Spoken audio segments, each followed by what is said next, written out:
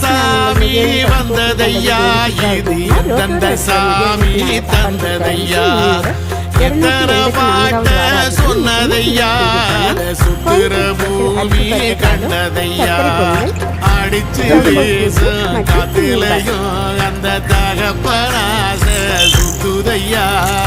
பிடிச்சு பூக்கும் விதையிலும் ஒரு வம்சத்து கதையே உள்ளதையா 100 தலைமுறை சேர்ந்து சதுக்குன ஈர நலம் இது பாறையா